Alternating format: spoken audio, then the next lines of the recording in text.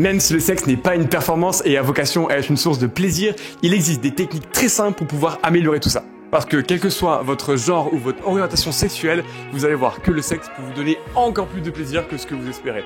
Et moi, en tant que kiné et ostéopathe, vous aider à mieux maîtriser votre corps, c'est ma passion.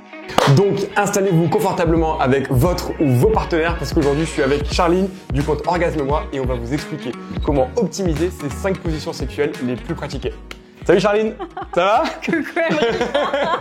J'ai écouté vos partenaires, ok.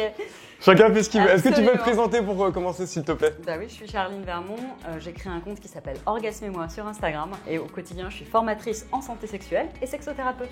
Et donc aujourd'hui je t'ai invité pour discuter avec moi, m'apporter ton expertise. On va dire que moi je vais avoir le côté anatomie, biomécanique et puis toi peut-être le côté expérience ou retour d'expérience, je te laisserai. Expertise. Ou expertise, ça marche très bien.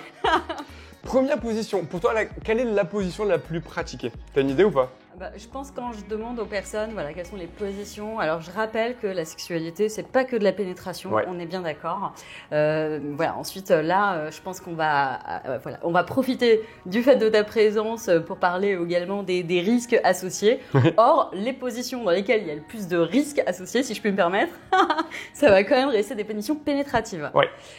Voilà, ensuite il y a des positions hyper classiques qui sont le missionnaire, la levrette, l'andromaque. Il y a également toutes les pratiques de sexe oral. Je pense que j'espère qu'on va en parler. Elle est en train clairement de teaser la vidéo là. Ah merde, voilà, on arrête. On va d'ailleurs commencer par le missionnaire qui je pense parle à tout le monde. Missionnaire, je pense que c'est une position assez facile, adaptable à tout le monde. Il y a quand même une variante que moi je trouve difficile techniquement, mais je pense que c'est peut-être plus pour l'un des deux partenaires. Alors non. Alors petit aparté avec cette vidéo ne parle pas de si t'as besoin de parler, on peut prendre un autre moment. Okay. Et donc, on va relever les jambes. Celle-là, elle a un nom, tu m'avais dit. Comment ça ouais, s'appelle? ça s'appelle l'enclume. Ouais, l'enclume. Donc ça, cette position-là, d'un point de vue mobilité souplesse, d'après toi, de quoi il faut avoir? De manière générale, en fait, pour la personne qui pénètre, voilà, que ce soit le missionnaire ou l'enclume, il faut quand même avoir une certaine, j'y connais rien, une certaine tonicité de bassin. La seule différence, et moi je vais te parler de plaisir à ce moment-là. Je vais également te parler d'anatomie. Vraiment l'enclume pour les personnes qui peuvent être angoissées par la taille de leur pénis par exemple, ça va être une position qui est réputée comme profonde. Ok, donc en fait ça va venir créer de la profondeur pour quelle que soit la taille de votre pénis. Si vous avez envie de vous rassurer et d'aller en fait, ça va créer un angle qui va permettre de pénétrer loin le vagin, l'anus. Donc de votre partenaire, donc j'ai envie de dire à privilégier. Si votre partenaire aime les pénétrations profondes et si vous avez envie voilà, de vous rassurer sur votre capacité à donner du plaisir, quelle que soit la taille de votre sexe. Et du coup, moi ce que je vais vous expliquer maintenant, ça va être les particularités ou on va dire les obligations anatomiques et biomécaniques de ça. En fait, sur l'enclume, ce que ça demandait à la partenaire ou le partenaire du dessous, c'est surtout une grande souplesse et mobilité des ischio-jambiers. C'est-à-dire en fait le fait de relever les jambes. Exactement. Okay. Et si par exemple vous quand vous le faites, vous n'arrivez pas à garder les genoux tendus, que vous sentez que ça vous tire fortement derrière les cuisses et que du coup vous avez le bassin qui part complètement, ça c'est parce que vos ischios sont trop courts, trop raides ou pas assez étirés. Ok. Donc là on va en fait très simplement ce qu'il faut pour pratiquer ça et à faire de manière régulière pour gagner un petit peu et avoir peut-être un peu plus d'aisance ou un peu moins de douleur, bref, ce que vous avez envie, c'est juste de venir régulièrement vous étirer vos ischio-jambiers. Concrètement, je suis désolée parce que moi je suis quelqu'un de très concret. Vas-y. Concrètement, si je suis assise au bord du lit, parce que c'est quand même ce qui est le plus pratique, ou sur la table de la cuisine. N'importe quel setup marche bien. Voilà, ou la table, pardon, ou la machine à laver, ça marche parfaitement. Donc voilà, je suis comme ça. Si j'ai du mal à relever les jambes comme ça, il faut aller consulter, c'est ça? Pas obligatoirement consulter. Là, ce que tu nous montres, c'est que toi, par exemple, tu as plutôt une bonne souplesse de ta chaîne postérieure. Mais l'idée, ce sera plutôt de venir les étirer. D'ailleurs, je vais vous mettre une vidéo juste là que j'avais fait avec Marie où je vous montre une petite routine justement d'étirement, de souplesse, de mobilité de vos ischios pour que votre raideur ne soit plus un frein à cette pratique et que vous puissiez bouger les jambes, on va dire, comme bon vous semble. Ok, et alors du coup pour la personne qui va venir pénétrer, est-ce que il y a aussi des choses qui doivent alerter? Alors alerter pas spécialement, on va dire que quelles que soient les positions, il y a un incontournable, un fondamental à maîtriser, quelle que soit votre pratique sexuelle, c'est ce que j'appelle l'anti-rétroversion de bassin. Ah oui, c'est ça. C'est concrètement juste ce mouvement-là, c'est ça? Alors concrètement, justement, tu ne le fais pas super bien. Alors on va regarder. Alors je vais donner un tout petit cours que je donne à tous mes patients. C'est l'anti-rétroversion de bassin, c'est simple. C'est le mouvement qui ne doit avoir lieu que dans les hanches. D'accord? Okay. Donc en gros, c'est je creuse, j'arrondis. Et là où tu nous l'as fait au début, c'est que tu as un peu envoyé tout le dos. Exactement. Alors qu'en fait, il faut vraiment que le mouvement se fasse que là. Okay. Je creuse, j'arrondis. Si vous êtes un peu raide, vous pouvez déverrouiller un peu les genoux, donc les plier légèrement, ça va vous redonner un petit peu de liberté. Et il faut vraiment, voilà, vous arrêter. Et là, c'est beaucoup mieux. Ça peut être une danse aussi. Oui, c'est ça, ça s'appelle le twerk. Ça s'appelle un twerk, exactement. Alors, je ne vais pas twerker dans cette vidéo parce que je suis incapable.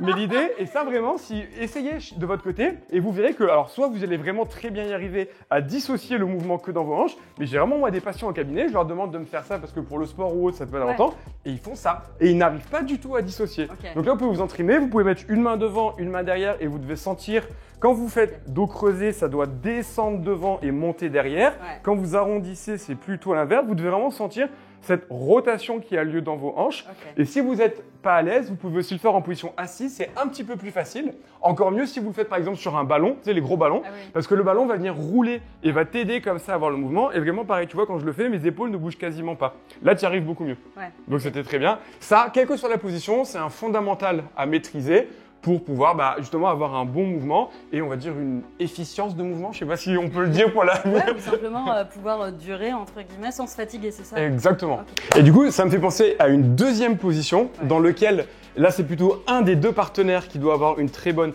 antéversion de bassin. Tu sais c'est laquelle? La levrette. Ouais, exactement. La levrette dans laquelle, du coup, la personne, comment on dit, de devant? Qui est pénétrée simplement. Pénétrée, merci. That's what she said.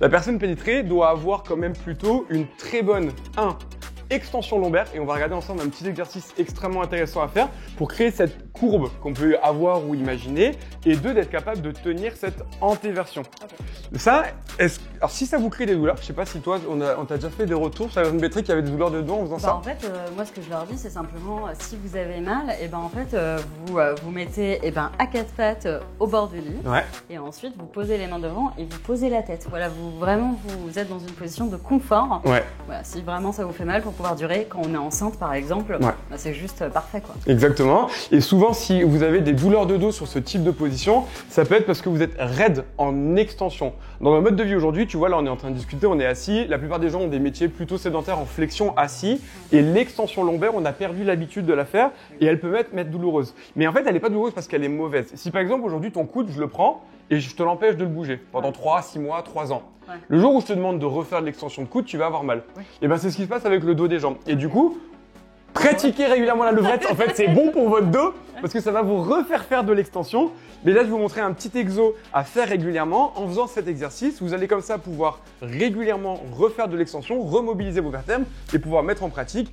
Globalement, si vous avez mal pendant, c'est pas un souci. Ce qu'il faut pas, c'est que la douleur, elle reste après parce que là, vous avez peut-être sursollicité vos disques intervertébraux, vos ligaments, voire même certains muscles. Mais pratiquez régulièrement et même en échauffement si vous en avez envie. Ça vous permettra de garder cette belle courbe. C'est à nouveau antéversion, donc bassin creusé. Donc la personne qui pénètre, elle garde le même mouvement qu'on a vu tout à l'heure. Par contre, la personne qui pénètre, pour elle, cette position est plutôt assez facile, peu de prérequis, mis à part celle qui est obligatoire, d'anté-rétroversion de bassin. Ok. Précision également, en fait, la levrette, comme l'enclume qu'on a vu au début, sont des pénétrations profondes. Également, si vous avez mal pendant ces positions-là, vraiment allez consulter, ça doit être vraiment un signal qu'il y a un diagnostic à poser. Ça peut être un utérus rétroversé, ça peut être de l'endométriose. Ouais, tout à fait. Voilà, vous n'hésitez pas à consulter, mais également à essayer des positions pénétratives qui sont moins profondes. Et donc peut-être tu vas nous parler. Oui, alors et je rebondis sur ce que tu dis avant d'enchaîner là-dessus, qui est extrêmement intéressant. Tu as quand même donné deux cas qui sont alors, une pathologie, endométriose, une particularité anatomique, l'utérus rétroversé, mais qui peut des fois aussi être dû à juste des restrictions de mobilité. Ça, c'est peut-être plutôt moi je suis kiné et ostéopathe, donc c'est peut-être plutôt un ostéo qui pourrait vous aider. En kiné, c'est pas quelque chose qu'on apprend et qu'on maîtrise. Exactement. Des fois, venir manipuler un sacrum, détendre certains muscles fessiers comme des obturateurs, des muscles assez précis, peut des fois vous permettre de gagner quelques degrés de liberté et qui peut rendre une pénétration qui était douloureuse, agréable, voire très agréable. That's what she said. Michael. D'ailleurs, dites-nous dans les commentaires si vous, il y a des positions que vous n'arrivez pas à faire ou vous êtes en galère, lesquelles sont, et on fera peut-être un deuxième épisode où on viendra justement analyser s'il y en a qu'on n'a pas traité et on vous donnera des tips et des infos pour améliorer tout ça. Comme tu parlais des positions non pénétratives, bah, le sexe oral. Bah ouais, le sexe oral. Le sexe oral, ne l'oublions pas dans la sexualité. Ouais. On va dire qu'il y a une grande particularité ou spécificité, ça va être l'ouverture buccale. En fait, je repense à une story où la personne m'a écrit dans un fail du cul. Ouais. J'ai découvert la kiné maxillo-faciale. Exactement. Suite à une fellation. Et voilà, ça donne quoi en fait? Alors, ça donne quoi? C'est que pour faire très simple, vous avez une articulation sur le côté qu'on appelle l'ATM, donc l'articulation temporo-mandibulaire. Donc en fait, tu as ici la tempe et ensuite la mandibule qui est l'os de la mâchoire. Okay. Et là, vous avez comme un petit ménisque, donc comme un petit coussin qui vient glisser. Et des fois, lors d'une ouverture trop grande, voire trop prolongée, il peut se bloquer. Et c'est très chiant pour faire une vidéo YouTube. Alors c'est pas drôle du tout. Alors certains, ça leur arrive en mangeant un sandwich, une pomme ou une glace des fois. Mais ça arrive aussi lors du sexe oral. Si ça vous arrive, ne paniquez pas, consultez. Faut dire la vérité. Dites la vérité, de toute façon, on s'en doute très bien. Mais souvent, c'est une manipulation qui se fait. On sait ce qui se passe. C'est comme dans les urgences aux urgences, quand ils font des imageries et qu'ils retrouvent des gens avec des objets un peu insolites insérés, pareil, ne mentez pas, on sait très bien ce qui s'est passé. Et donc là, en fait, c'est une manipulation très simple qui consiste à remettre. Je vais pas vous l'apprendre, ça sert à rien. C'est toi qui l'as fait ou c'est un médecin qui le fait? Un ostéopathe peut le faire. Une fois encore, les kinés ne sont pas formés, sauf s'ils se sont formés en maxillofacial. Mais en général, quand vous n'allez pas prendre rendez-vous chez le généraliste qui vous fera une ordonnance de kiné. Donc en général, allez aux urgences. Mais après, en général, vous pouvez avoir des mâchoires qui claquent, des gens qui ont mal à ouvrir la bouche, des gens qui te disent, moi, je peux pas avoir des objets trop grands dans la bouche. That's what she said.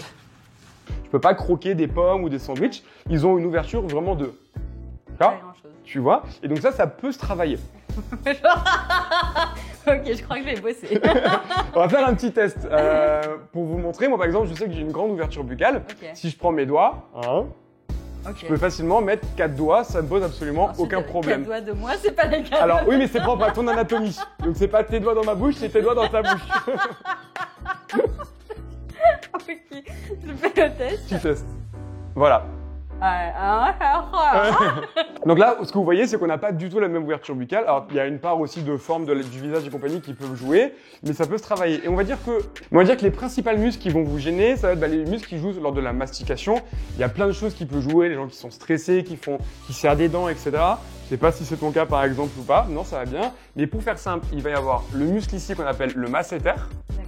Et les muscles sous la mâchoire. Okay. Et donc vous pouvez par exemple venir tester, est-ce que en venant appuyer ici c'est douloureux et je me sens tendu, et vous pouvez venir vous-même vous masser en venant tirer, en venant essayant de faire des massages, etc. régulièrement. C'est ce qu'on fait avant de chanter par exemple. Exactement, pour avoir une fois encore une bonne ouverture buccale. Je t'avoue que j'avais pas pensé au chant en préparant cette vidéo. Ce sont des muscles, c'est un autre type de sport. Donc vous en avez ici, vous avez un muscle temporal juste là, tu vas faire le test et vous pouvez essayer derrière votre écran, vous posez les mains ici. Donc globalement juste au-dessus de vos oreilles et vous allez serrer les dents. Et normalement vous devez sentir des petits muscles qui se contractent. C'est le cas? Ça c'est votre muscle temporal. Donc les muscles de la mâchoire, tu vois, ne sont pas que là. Donc là pareil, vous pouvez venir masser en faisant des petites pressions glissées pour détendre. Si c'est un petit peu douloureux, c'est pas un problème. C'est comme un muscle tendu, votre trapèze, etc. Ça peut vous aider soit à préparer, soit à vous détendre de manière globale. Et il y a les muscles qui sont juste en dessous aussi, qu'on appelle les sous-hyoïdiens et sus-hyoïdiens. Donc juste sous le menton, vous avez un truc tout dur, c'est l'os de la mâchoire. Et juste en dessous, clac, il y a un trou. Et là, vous pouvez venir masser. C'est pas ultra grave, on va pas se mentir. Mais venir détendre un petit peu toute cette zone-là, ça peut vous permettre de vous aider à travailler cette ouverture buccale et pouvoir vous aussi vous mettre 4 doigts.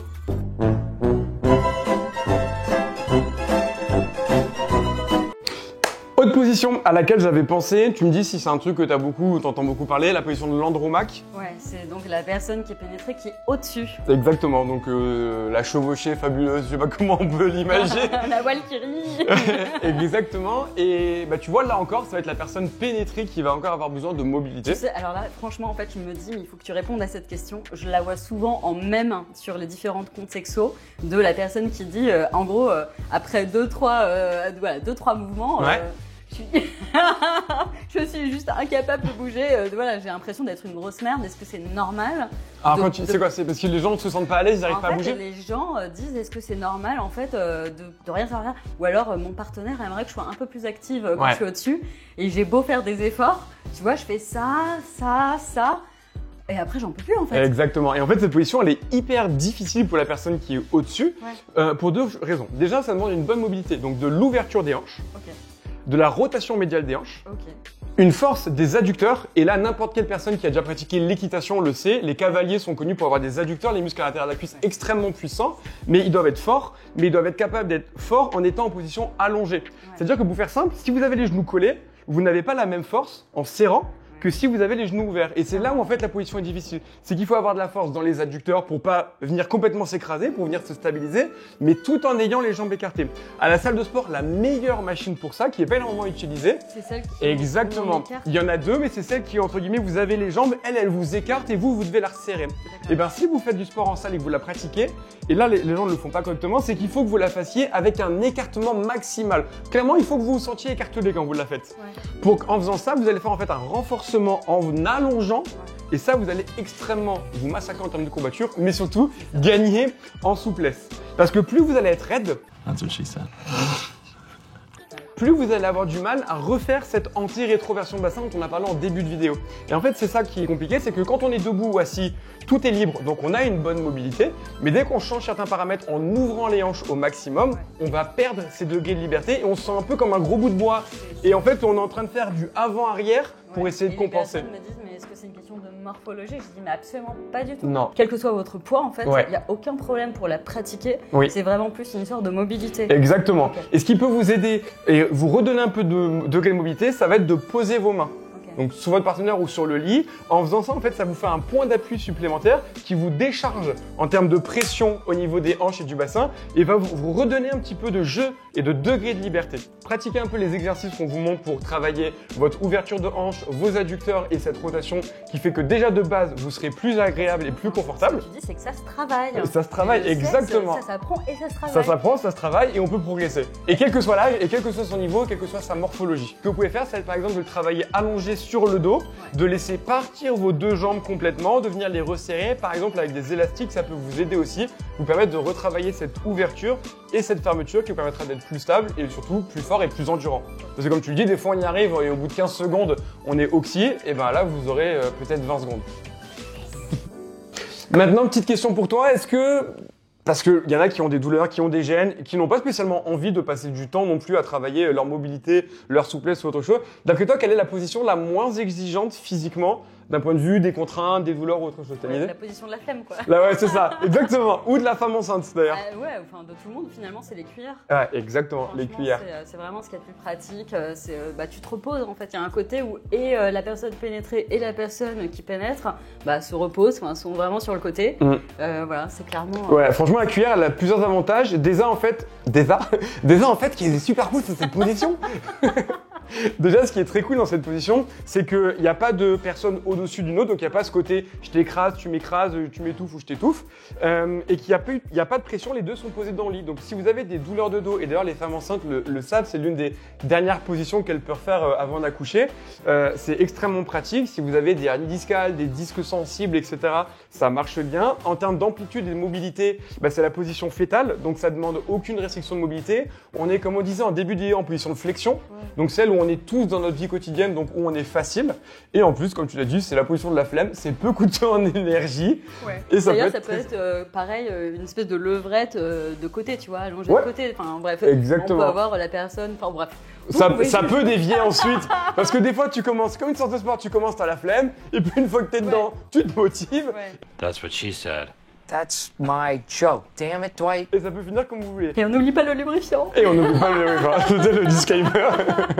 On arrive à la fin de la vidéo, on a vu les 5 positions. En vrai, je pense que j'en ferai une deuxième parce que j'avais envie de parler du cardio, du renfort musculaire, mais ça va clairement, on va faire un podcast entier. Est-ce qu'il y a un truc sur lequel tu veux conclure avant qu'on termine cette vidéo? Bah ouais, je me disais, mais le sexe, ça s'apprend et aussi, on apprend parfois en se blessant, en se faisant mal, comme dans n'importe quelle activité physique, sportive. Alors je rappelle, la douleur douleur n'est pas normale, mais avoir des courbatures après une partie de sexe, c'est normal? Normal, pas normal? Comme pour le sport, si vous avez des courbatures, c'est que vous n'avez pas bien travaillé comme on le pense, puisque vous avez fait un effort auquel vous n'êtes pas habitué. Donc je ne vais pas vous dire faites plus de sexe, vous en aurez moins, mais pas loin. Et buvez beaucoup d'eau. Non. Ok, je vous mets juste ici une vidéo sur les courbatures. Allez la voir, mais non, les courbatures. Je vois que tu ne regardes pas mes vidéos YouTube, là, je suis extrêmement déçu. J'espère que cette vidéo vous a plu. Si c'est le cas, pensez à lâcher un gros pouce bleu. Où est-ce qu'on peut te retrouver si on veut des infos, Dis-nous. Instagram, orgasme_OT. On vous mettra tous les liens juste là et dans la description. Et un livre peut-être? Eh bien écoute, voilà, le nouveau livre, Corps, Amour, Sexualité. Il n'y a pas d'âge pour se poser des questions. C'est le premier guide d'éducation à la sexualité à destination des adultes. Et ça arrive le 25 octobre. Trop bien, allez voir ça. Pensez à lâcher un pouce bleu, vous abonner. Et à bientôt pour une nouvelle vidéo. Merci Charline. Merci Mike.